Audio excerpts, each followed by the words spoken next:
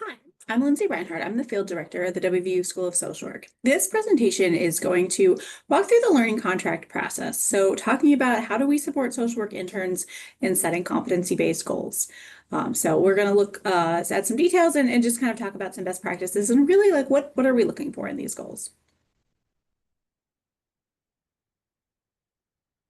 So we want to make sure in this training that we are understanding the core social work competencies and practice behaviors, understanding the responsibilities and strategies that supervisors should use to support this process, exploring some methods to guide students in setting clear and achievable goals, and also we'll talk a little bit more specifically about understanding the WVU's internship learning contract process.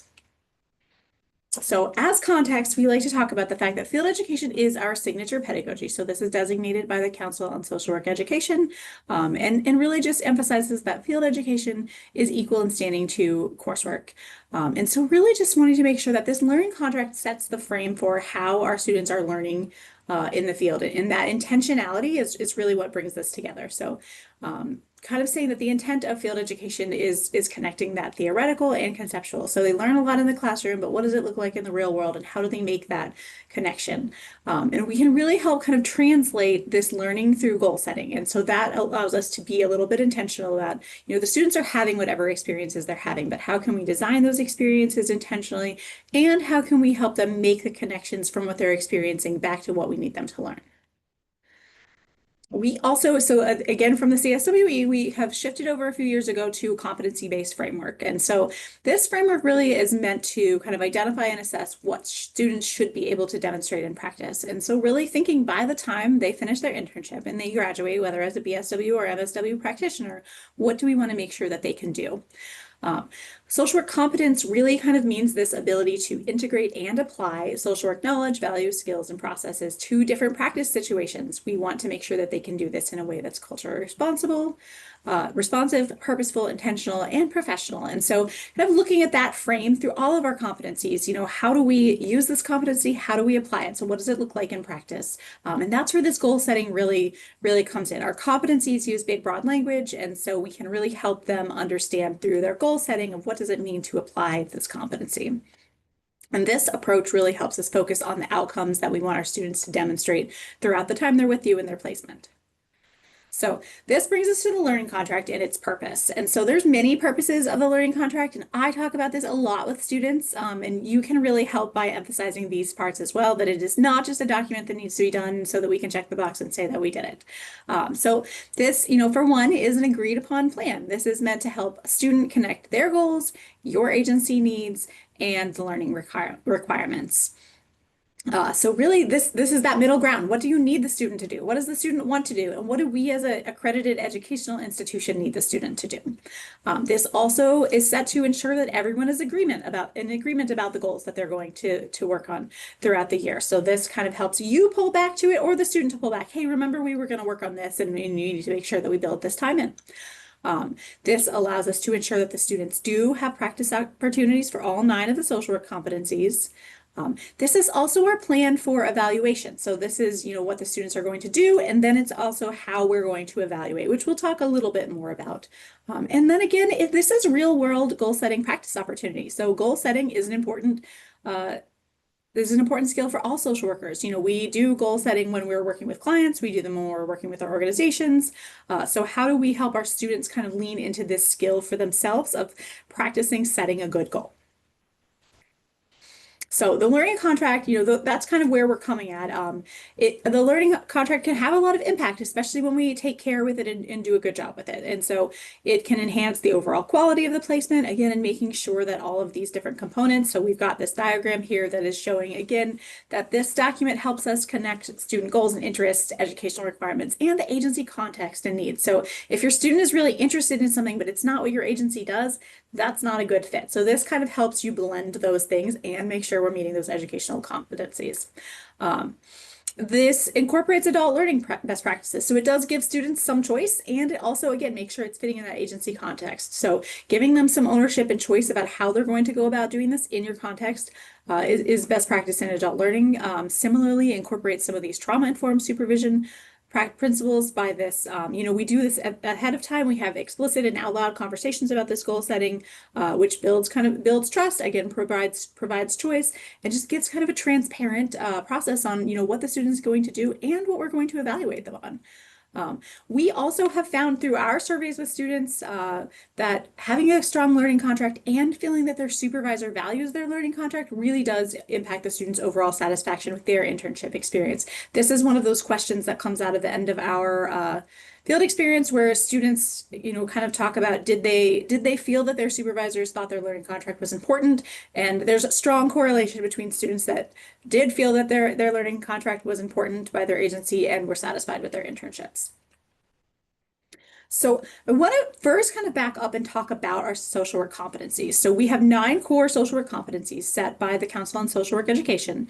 These competencies are the same for all levels of internship. So they look a little bit differently. They're broken down by these practice behaviors, and those vary whether they're an advanced or foundation level internship, but the competencies themselves are the same. And so we're going to spend some time now looking at each of these competencies. Again, the language is broad, and this is intentional so that it can fit into a lot of different practice settings, but also it can feel a little bit overwhelming seeing this big, broad language and kind of bringing it down to like, okay, so what does this mean?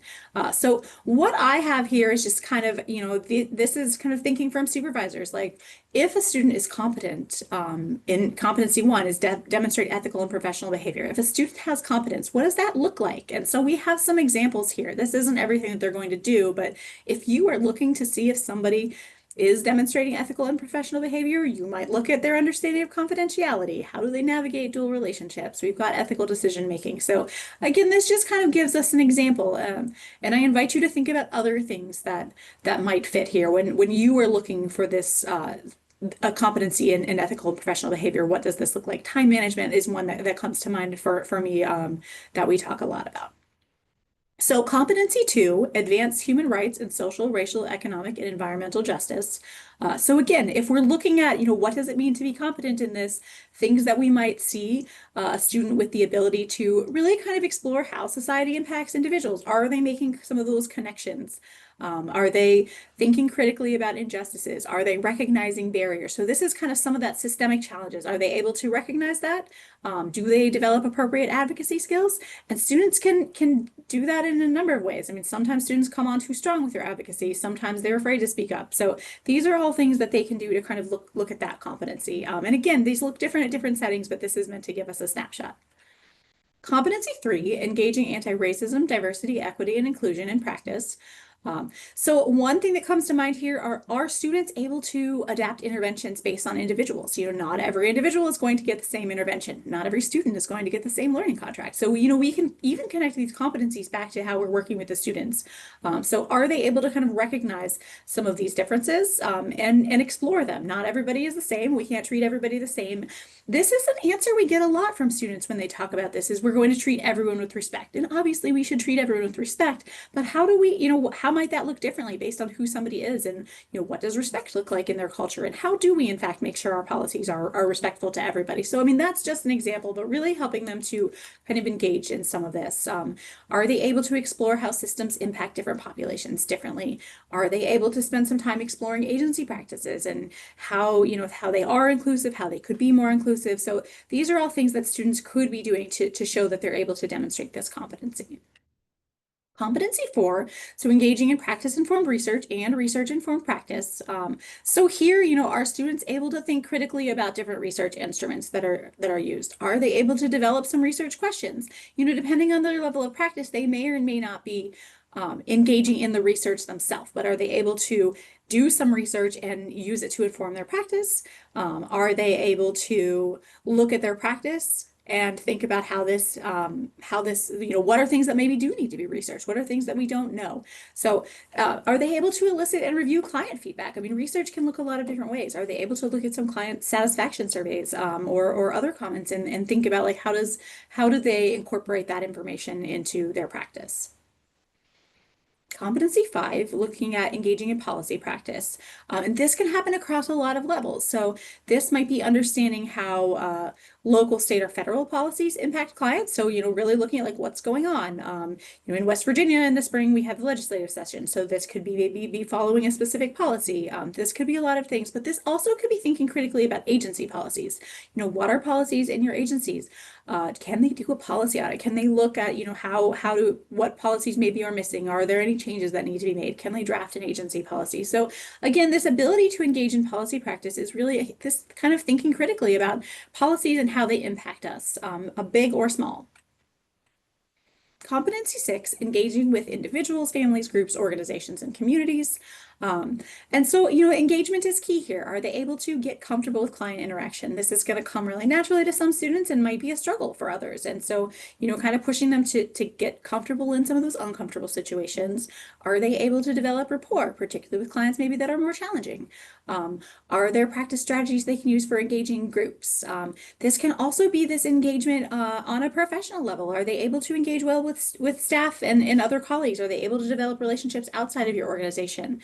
Are they able to gain some more confidence in themselves as a professional doing this? This one, particularly with maybe our traditional age foundation students, our BSW students, just kind of learning to see themselves in the professional role and then engaging as a professional as opposed to maybe as a peer or as a friend. What does that look like to engage in that professional sense? So again, this can look a lot of different ways. The other thing I really like to emphasize really across all of these, but I think especially our engage and the next several competencies is this individuals, families, groups, organizations, and communities. So if your agency is not one that's doing a lot of direct practice work and they're not engaging individually with clients in that way, that's okay. How are they engaging with systems? How are they engaging maybe with community partners, with collaborators? How are they engaging with other people in your organization?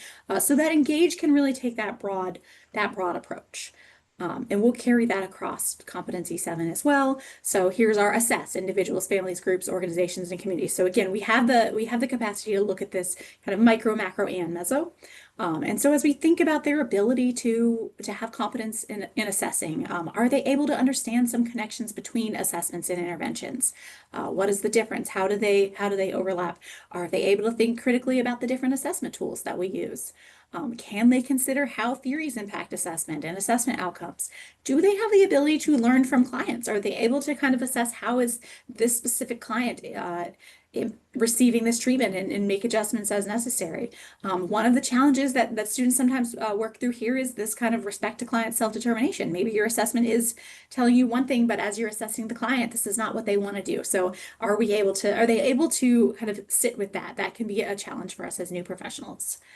Moving on to competency 8, so intervene with individuals, families, groups, organizations, and communities. So again, we have this large client system that can look a lot of different ways depending on your setting. Again, intervene can mean a lot of different things depending on your setting. So really think about, what is your agency's intervention? If you're not providing direct individual services, thinking about that intervention might be differently. If you're a food pantry, giving food to people is the intervention. If you're doing a lot of developing relationships in the community, there's helping students identify like what is the intervention that you are doing. So exploring different styles and disciplines. Maybe this is an area where they're able to work with different people in the agency and think about, what does intervention look like across professions? Are they able to choose the appropriate intervention based on students or based on client needs and situations? Ability to set goals. So again, this one ties really well to developing our learning contract in itself. How do we go about setting goals? This is an intervention in itself when we're setting goals for our students' learning contract. Are they able to recognize that interventions won't always work? There are scenarios when we're going to try things, and that doesn't mean we tried the wrong thing, but it didn't work.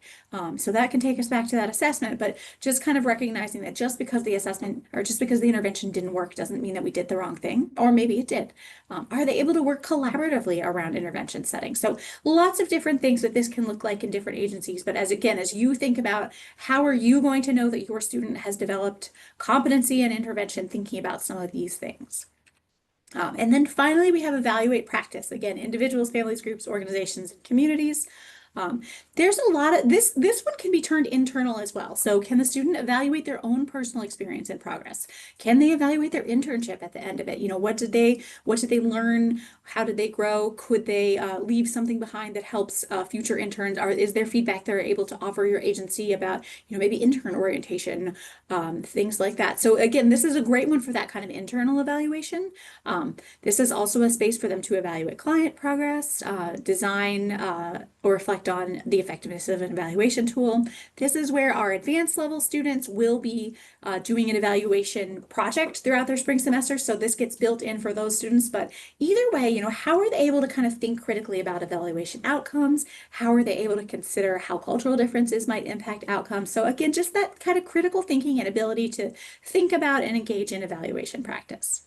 So those are our 9 competencies. And again, that's just kind of to back up and think like, okay, what are we really hoping that our students are going to be able to do by the end of their internship? And how will they transfer these skills from your agency to wherever it is that they go next?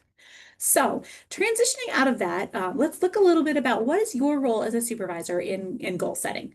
Um, and so, you have the role of educator, mentor, and evaluator. We're going to do all of these things.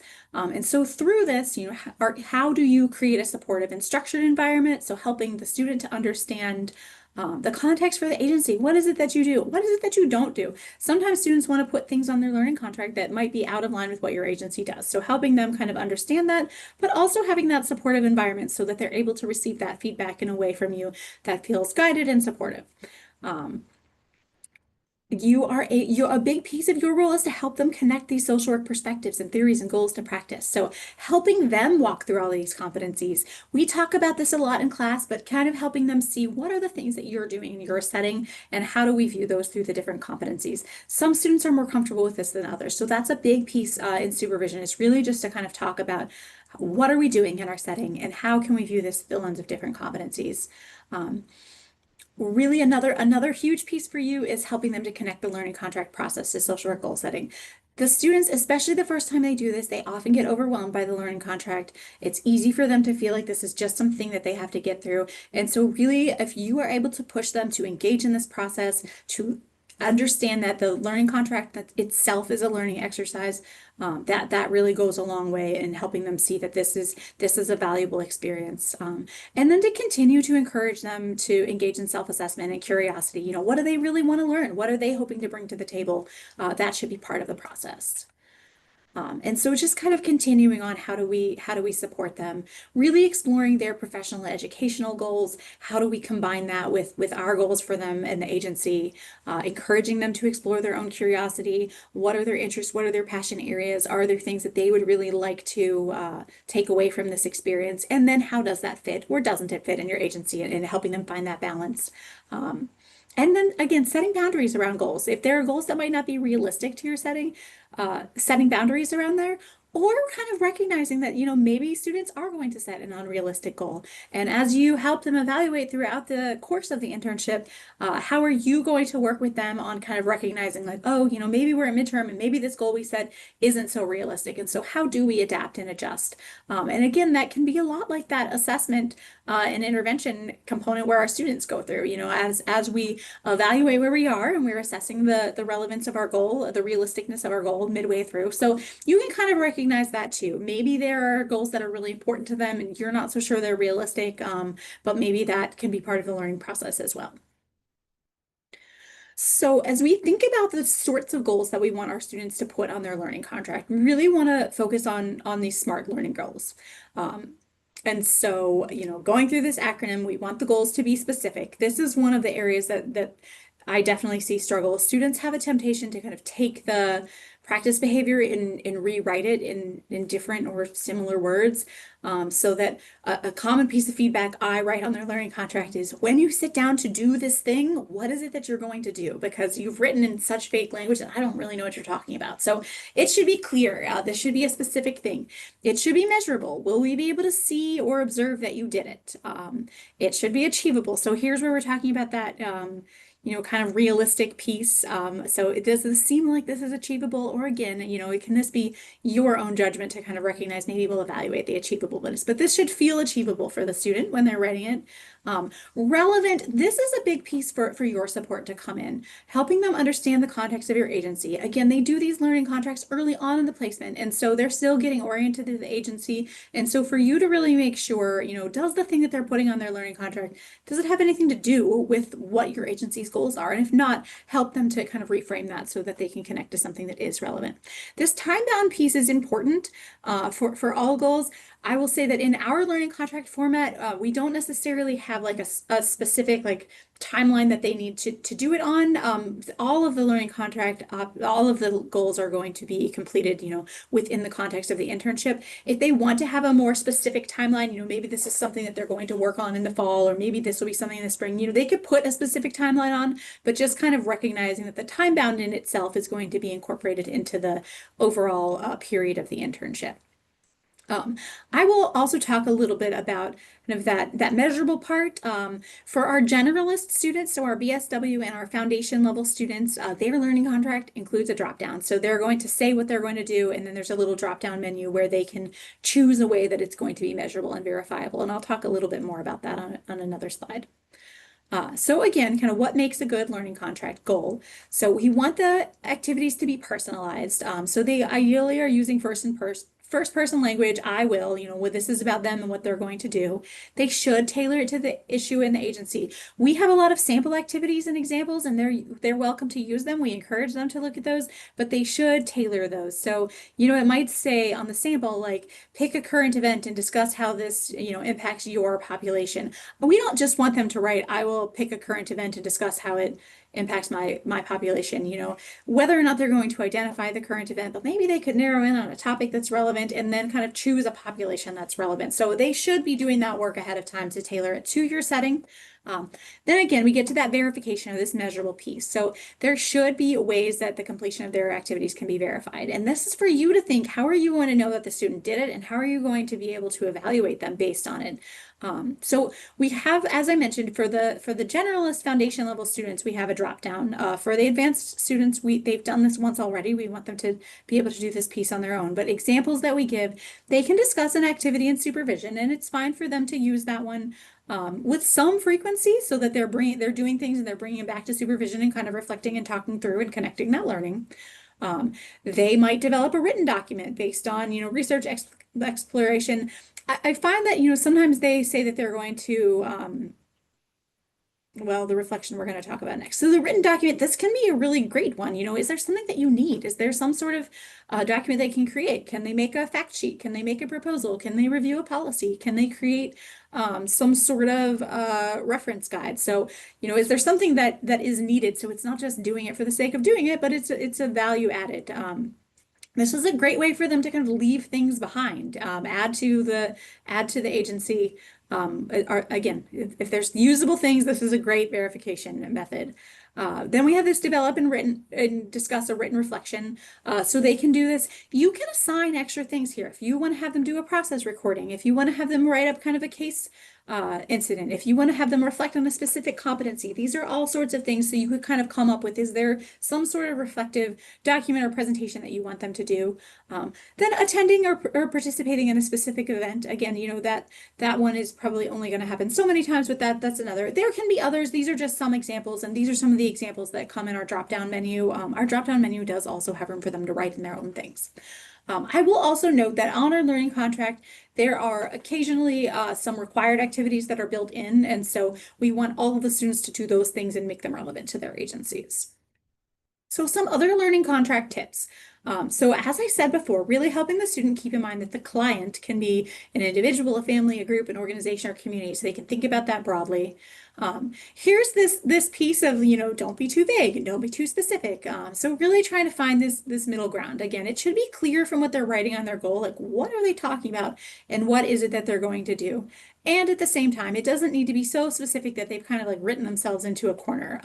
It doesn't need to say like, I'm going to attend this CBT training that's being offered on December 12th.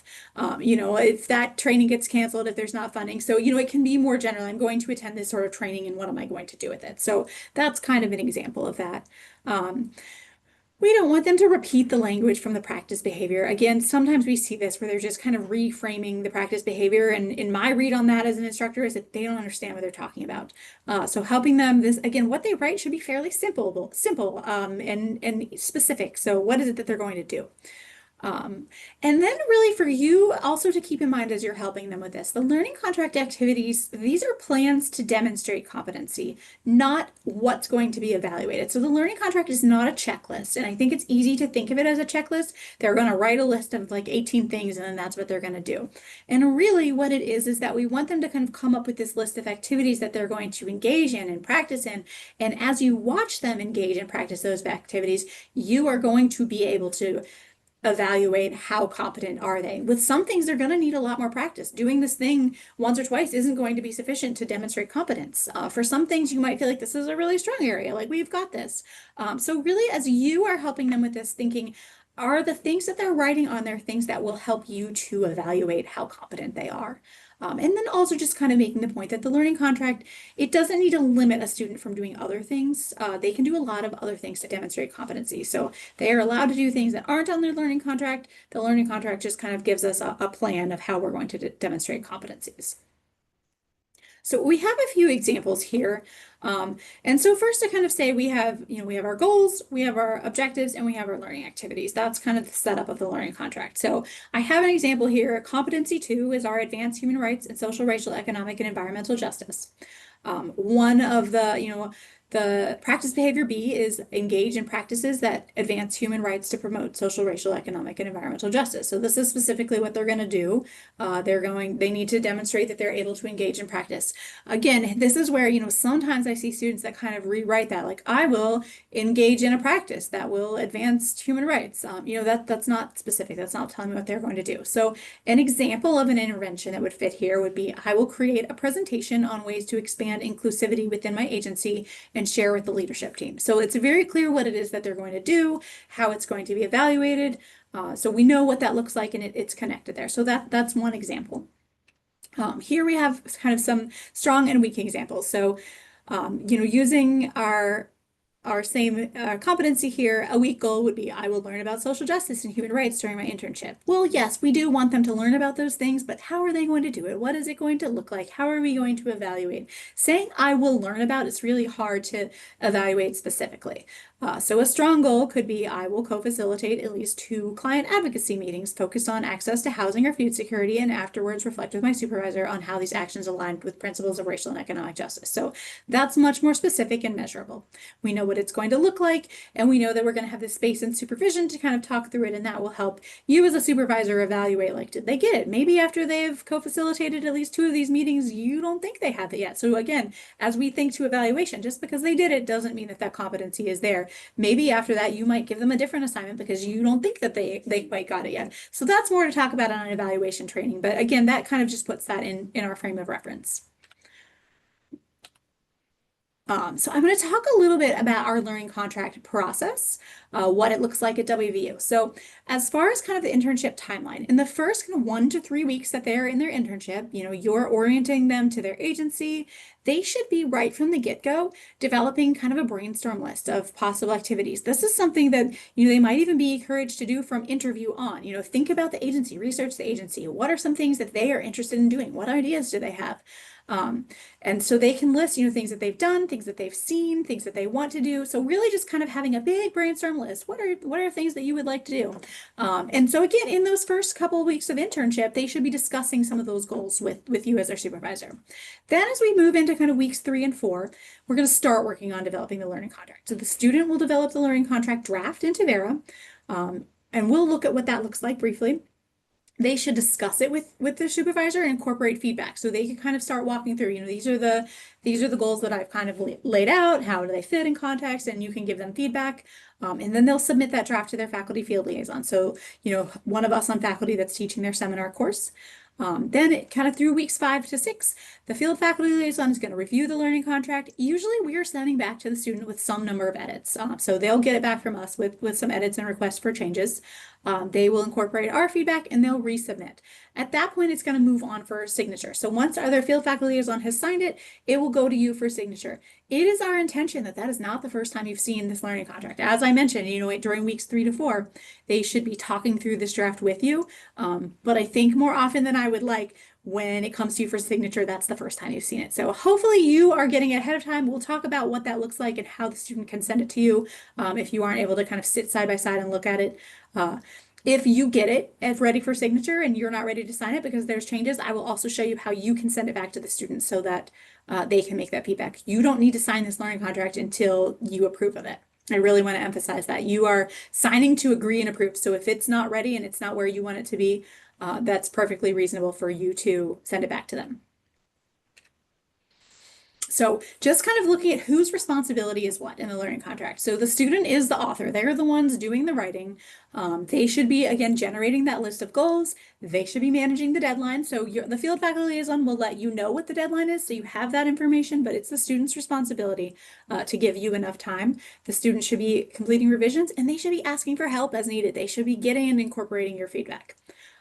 Looking at the supervisor, so you're an advisor. Your role is to provide, this overview of the agency goals and how the intern fits in, helping with that kind of reality check for any unrealistic ideas. You should be providing guidelines about how specific tasks may fit into different competencies. Again, that can be one of the challenging areas for students to kind of get an idea of like what fits where. And then helping the students see that parallel between their own goal setting and client goal setting or other kind of professional work that they might do. Then looking at our role as the faculty field liaison. So we are here as a teacher role. We are providing instructions. We are also helping the student understand the larger context of the document, and we will review and provide feedback. So what does this look like? I'm going to take us quickly to Vera and show a little bit about what this looks like. Let me change my screen share.